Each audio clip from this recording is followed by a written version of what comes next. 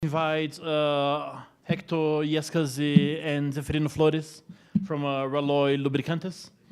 Hector and Zeferino will talk about developments in the DEF retail segment. Good to have you both here. Hope it's well coordinated. Yeah. Oh, Buenas tardes, ¿cómo están? ¿Todos bien?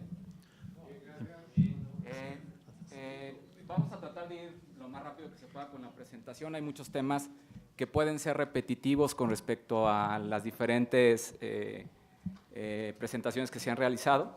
Nosotros vamos a hablar de cómo ha ido desarrollándose el DEF en México y cómo vemos la perspectiva para lo que es el segmento minorista. Vamos a hablar de la situación actual y la disponibilidad del DEF en México, qué retos y soluciones para el uso del DEF que ya se han estado comentando, y algo muy importante que creo que ha sido tema de todas las presentaciones, cómo asegurar la garantía de la calidad del producto, ¿sí?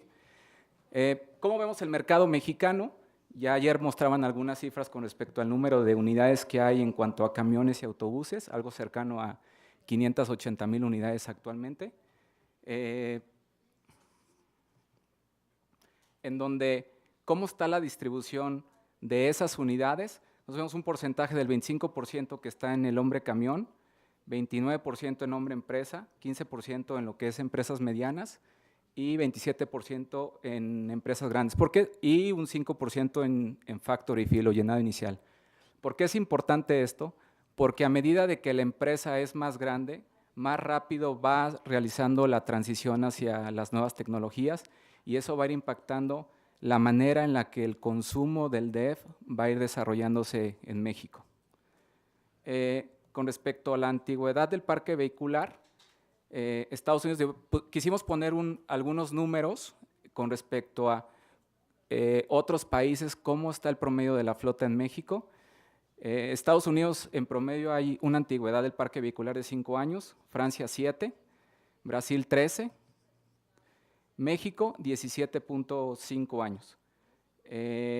Y como pueden ver, alrededor del 14% de la flota en México tiene rangos de 0 a 5% años, que ese realmente es el número importante para el tema de la transición. Y lo que es hombre, camión y pequeñas flotas pueden llegar a tener antigüedades de hasta 18 a 20 años. Por eso vemos una transición paulatina, empezó desde algo cercano al 2010 y está empezando a acelerarse la transición. ¿Cómo vemos el mercado de SCR en la actualidad?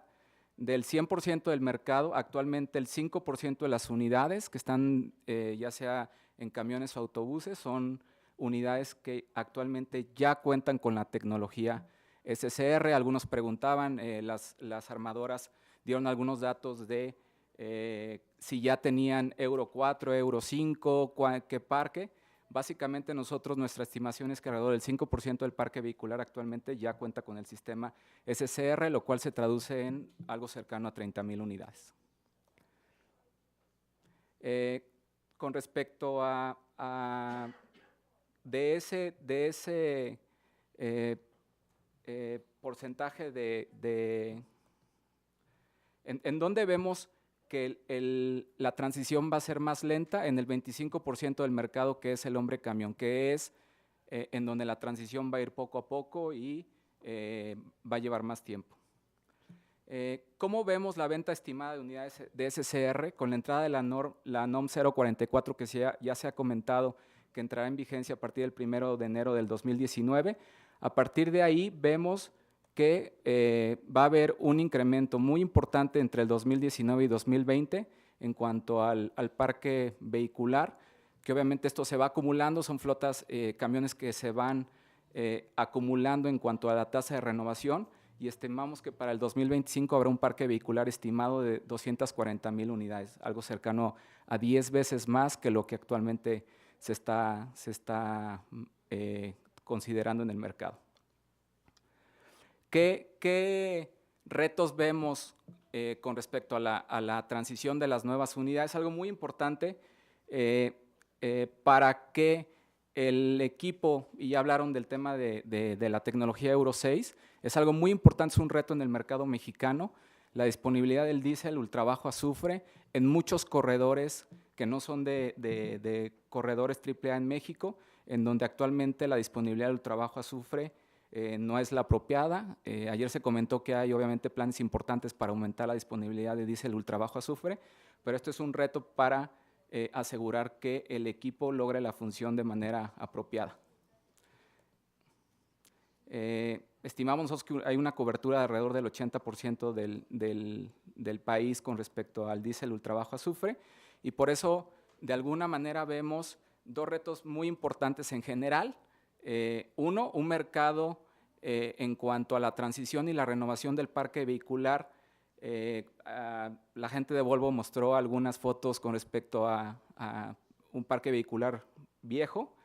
Va a ir transicionando poco a poco, y retos importantes en cuanto a la cobertura de ultra bajo azufre. ¿Okay?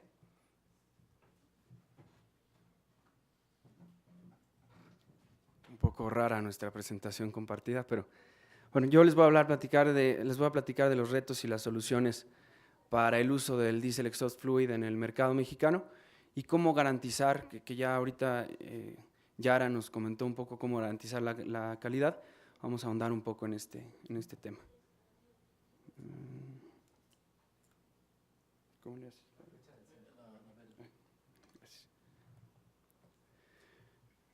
La NOM 44, que ya nos hablaron de ella, tiene el gran logro de llevarnos en camino a la mejora ambiental en México. Creemos que es un gran paso. Hay distintas tecnologías que pueden ayudarnos a la mejora ambiental, como también ya se comentó, los motores eléctricos, el gas natural, y la que está siendo más utilizada actualmente y utilizada por las armadoras, por los fabricantes de vehículos, es el SCR.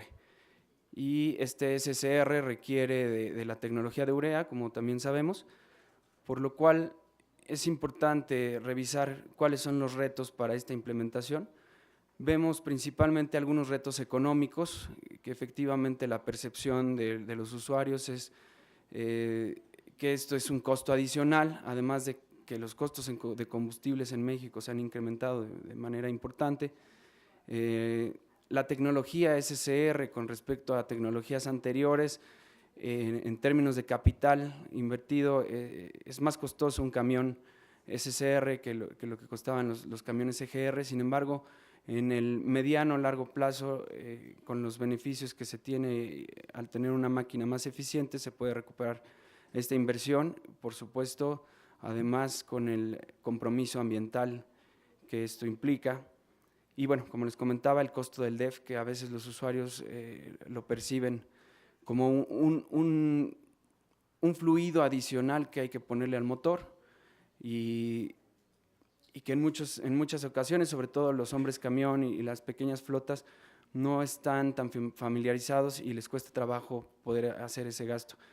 Vemos también retos en la parte de capacitación y manejo adecuado del producto, como también ya se platicó con Yara, el tema del almacenaje, el despacho y la misma calidad del producto que se tiene que cuidar. El DEF o la ISO 22241 marca que tienen que cuidarse las partes por millón de metales y demás, entonces hay que tener mucho cuidado con la calidad del producto. Vemos también que la disponibilidad del diésel ultrabajo azufre, como bien decía Ceferino, es limitada en México y se está abriendo, pero vemos que puede ser un reto, así como la red de abasto que cada uno de nosotros como productores puede ir diseñando. En términos logísticos es importante cuidar, como nos decía Northgard, un poco que las pipas sean dedicadas, que los equipos de despacho sean los adecuados para que el consumidor pueda garantizar la calidad del producto en sus instalaciones. Y también vemos que hay algunos fabricantes que también creo que Yara los mencionaba, del backyard, o que están mezclando urea agrícola con agua potable, que no están teniendo el profesionalismo que el producto requiere, y vemos que eso sí es algo que está pasando en México. Creo que nosotros como industria debemos también hacer mucho más hincapié con los consumidores de pedir las certificaciones. ¿Qué vemos que está faltando?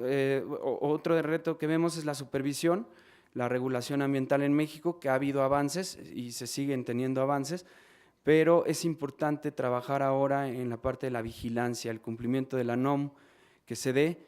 Y un tema importante que se había tocado en el foro es que no existen, o se dijo que no existe un mecanismo para regular la producción de urea a grado automotriz en México. Sí existe.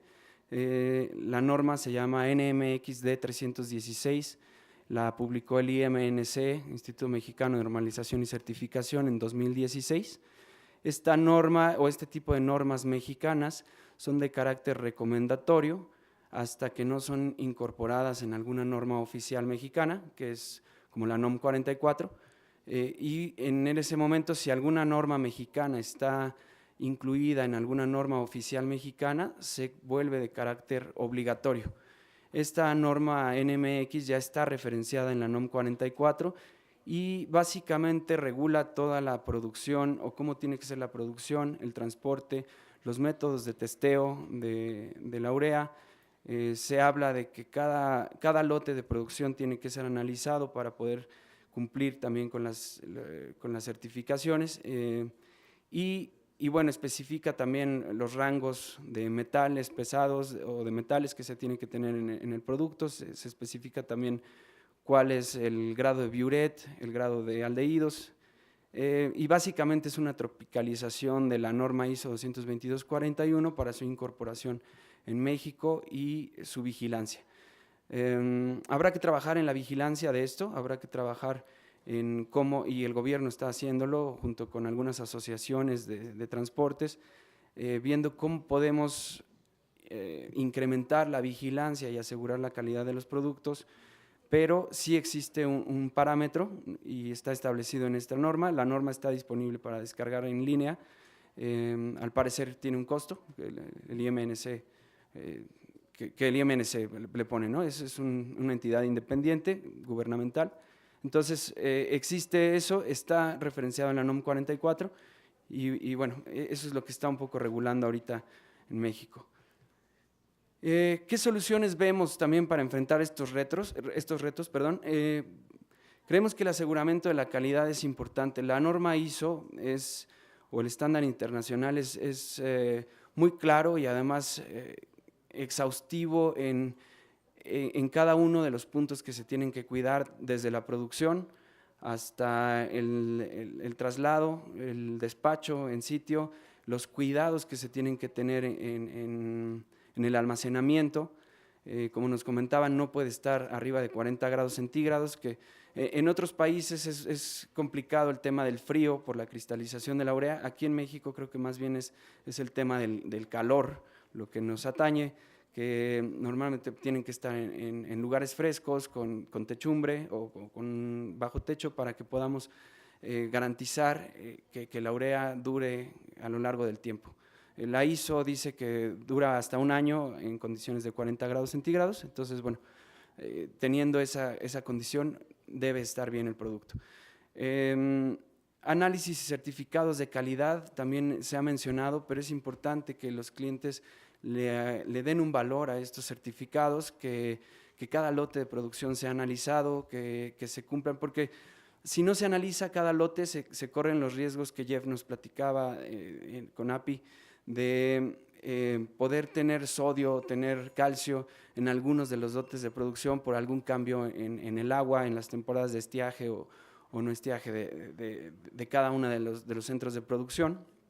Entonces es importante analizar cada lote, así como pedir algunos programas de certificación.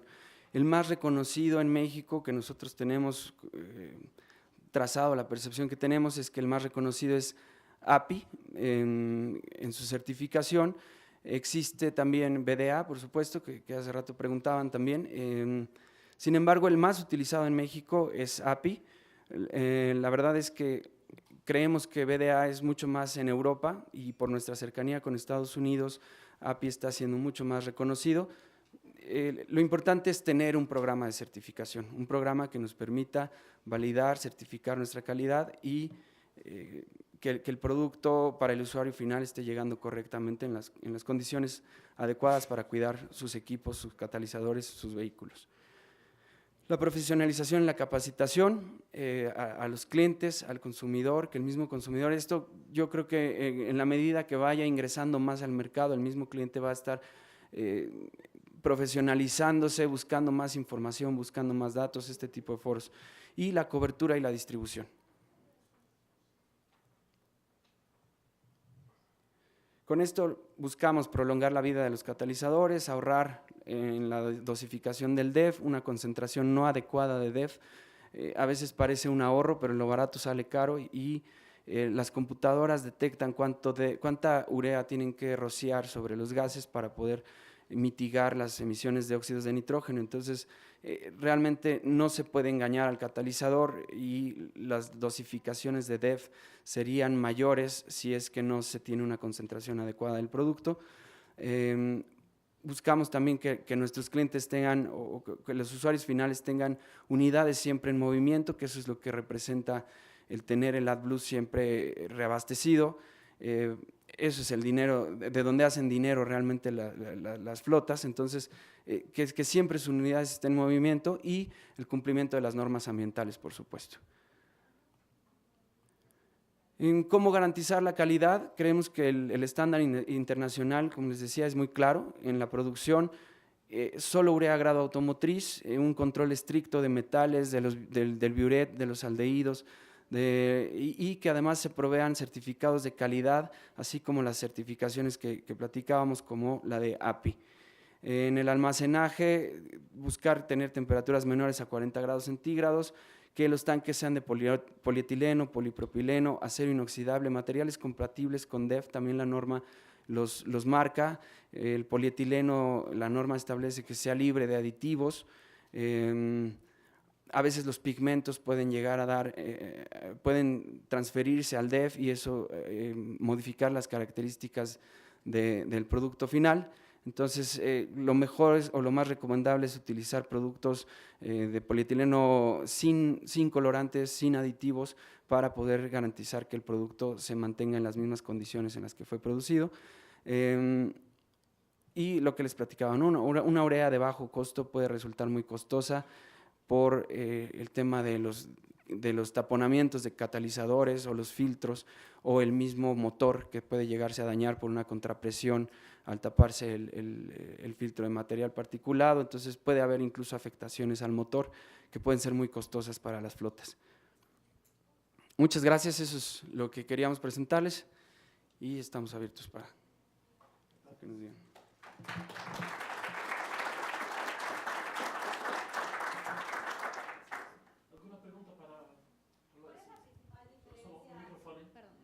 ¿Cuál es la principal diferencia entre una urea fertilizante y una urea automotriz?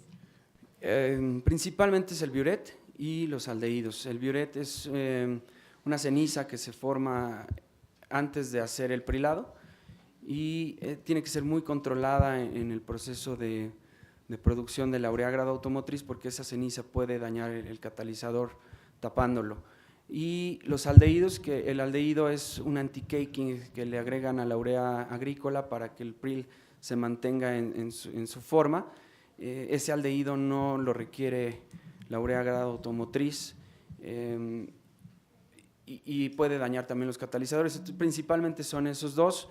Hay algunos metales que pueden venir, que puede contener la urea agrícola, que también se cuida mucho más el proceso de producción de la urea grado automotriz, que podría ser equiparable un poco más con ureas de grado industrial. Básicamente es eso lo que las diferencia. Sí, otra pregunta. Por acá de Man Truck and Buses. Ustedes como BlueDev, perdón, sí, Sky Blue. No, como, perdón, ya dije otra Sky Blue. Disculpen. ¿Cuentan con el certificado BDA? No tenemos certificado BDA. Nosotros empezamos con un JV con una empresa alemana y teníamos una sublicencia de BDA.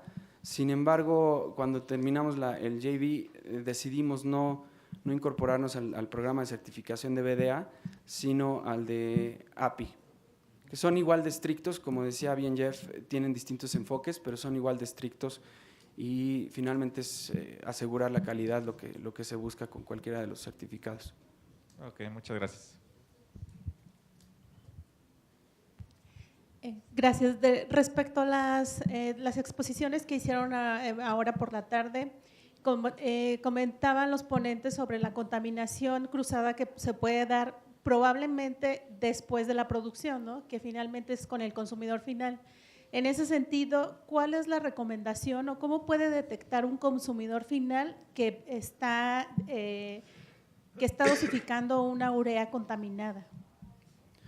Es difícil, los mecanismos de prueba o los laboratorios de prueba para esto son muy costosos y no hay realmente un equipo portátil que pudiera detectar aldehídos o biuret presentes en la urea. Sin embargo, eso depende mucho también del productor, que el productor certifique esa calidad. Óscar platicó de las flotas dedicadas a la distribución del DEF, y lo importante es que el producto salga de planta, se mantenga en la pipa, en una pipa dedicada, y así le llegue al consumidor con un certificado de análisis que avale la calidad, y además que el mismo productor o que exista el mecanismo para poder almacenar en el sitio de consumo. Las grandes flotas normalmente tienen un espacio destinado para el almacenaje de sus fluidos, que el almacenaje del fluido sea un sistema cerrado. Existen algunos mecanismos que pueden ver aquí afuera del foro, algunos mecanismos para hacer sistemas cerrados del DEF y que tengan un venteo filtrado para que permitan la entrada del aire, que no tenga otras partículas, sino que se filtre eso, para que al final nunca haya contacto humano, sino que se despache directamente a la unidad de consumo desde alguna pistola o con una bomba también dedicada para el DEF. Es decir, hay que asegurar toda la cadena de suministro y el productor es quien tiene que asegurar todo esto. Sí, un momento. Perdón, nada más la última pregunta. Entonces, en estos casos, ¿cómo le hacen en Estados Unidos donde sí se venden en galones?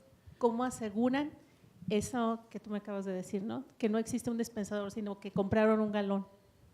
Ok, bueno, yo estoy hablando mucho de granel, como les platicaba Cefe, en México no hay realmente un mercado detallista todavía.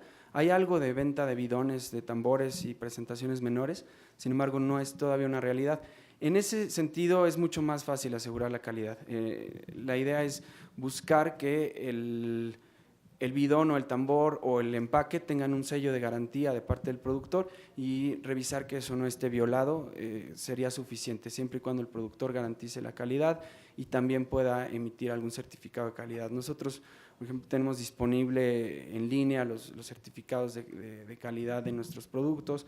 Entonces, darle confianza al consumidor a través de programas también de certificaciones, eso es lo más importante. Pero sí, mientras no esté violado el sello del empaque, se puede considerar que hay calidad dentro de eso. Ajá. Sí, resolví la pregunta, no sé. Pero. Sí. Vamos a hacer 1, 2, 3 y pasamos. Mencionabas que, perdón, que si no había un empaque violado podría garantizarse calidad.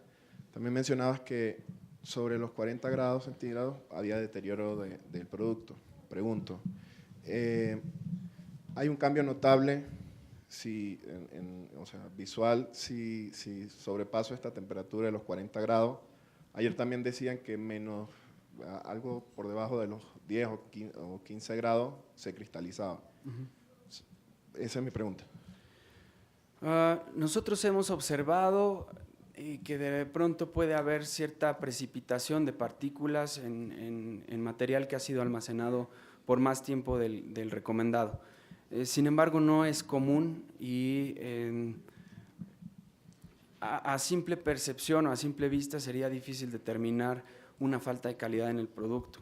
Todos los envases o el producto, incluso en granel, deben de tener un número de lote con una fecha de producción para determinar cuál es la fecha.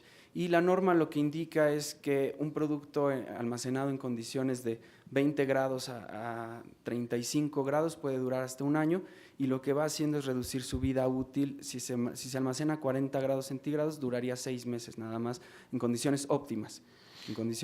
Todavía de eso, lo que dice la norma es se podría hacer un análisis en laboratorio y revisar si ese AdBlue o ese DEF todavía funciona. Eso solamente lo podemos hacer ya en planta o en algún lugar donde exista el laboratorio certificado. En Estados Unidos hay distintos laboratorios. Aquí en México hay pocos laboratorios que pueden hacer ese análisis exhaustivo con todas las pruebas del DEF. ¿Qué deterioro puede causar sobre el vehículo si se almacenó mal la urea? No hemos tenido yo no conozco de un caso en el que se haya hecho un deterioro solamente porque estuvo un año en malas condiciones. Creería yo que la concentración de la urea puede variar debido a evaporación del agua, y eso podría afectar las dosificaciones del DEF en el consumo del vehículo. Sí, pregunta acá. Buenas tardes.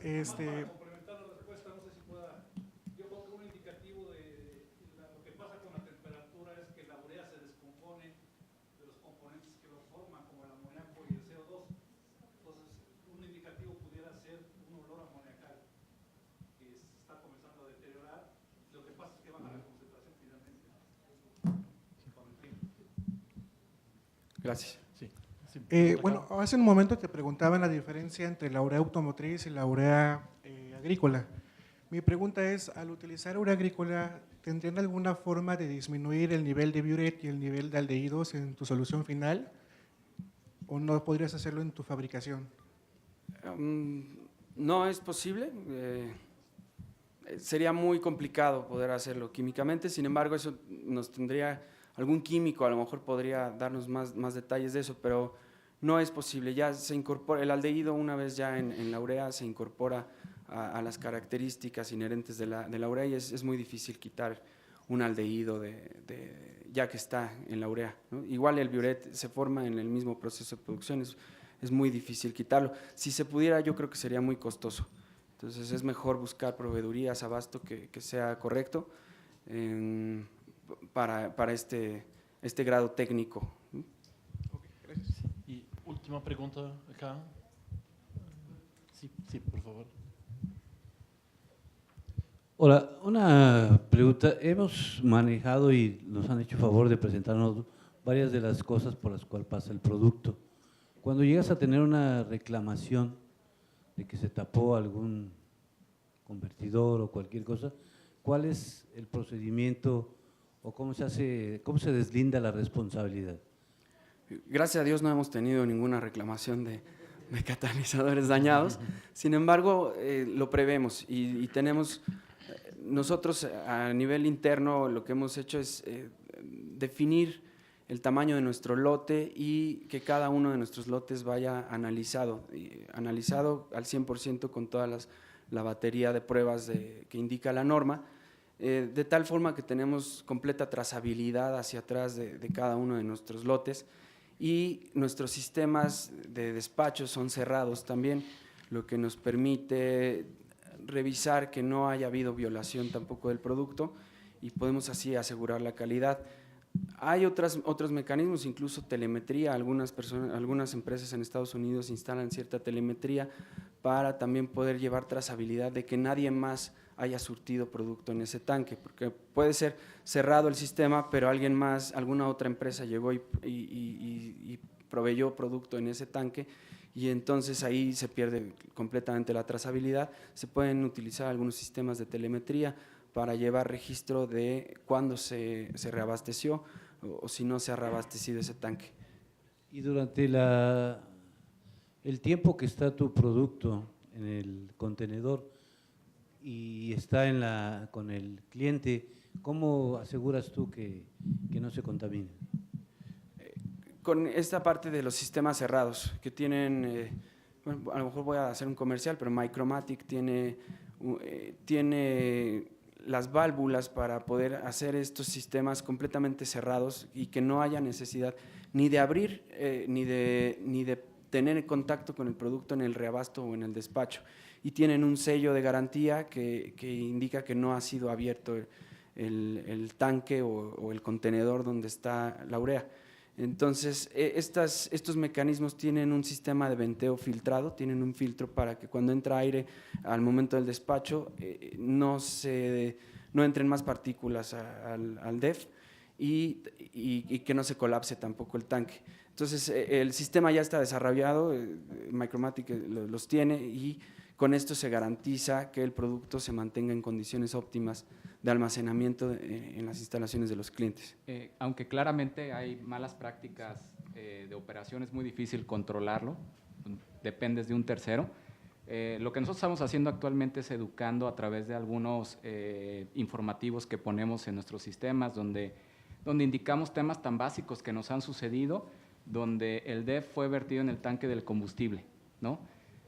Nos hemos encontrado con situaciones así por falta de conocimiento, entonces además de buscar equipos que nos ayuden a bloquear un poco esas malas prácticas, un tema de educar, ¿sí? al despachador o al mecánico que está llevando el proceso o el contacto más cercano. Entonces, son los mecanismos que hemos intentado utilizar. Obviamente no hay 100% de garantía. Si alguien quiere y hace un esfuerzo, puede llegar a violar los sellos, ¿no? Sí. Bueno, gracias Héctor y Seferino. Gracias. Gracias.